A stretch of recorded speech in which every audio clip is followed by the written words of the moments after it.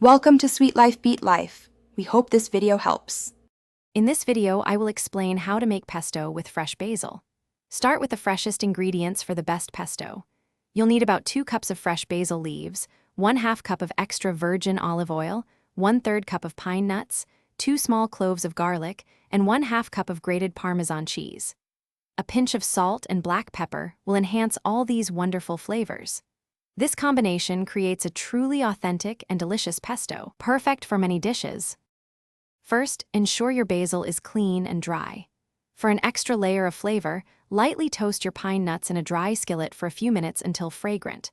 Then, combine the basil, toasted pine nuts, garlic, and Parmesan cheese in a food processor.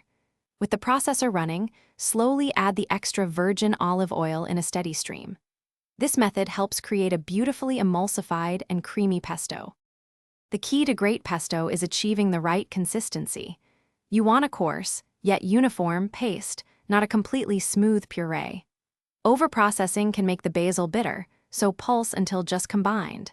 If your pesto seems too thick, you can add a tablespoon or 2 of cold water to thin it slightly. Always taste your pesto and adjust the salt and pepper to your preference before serving. To keep your fresh pesto vibrant, store it in an airtight container in the refrigerator for up to 5 days.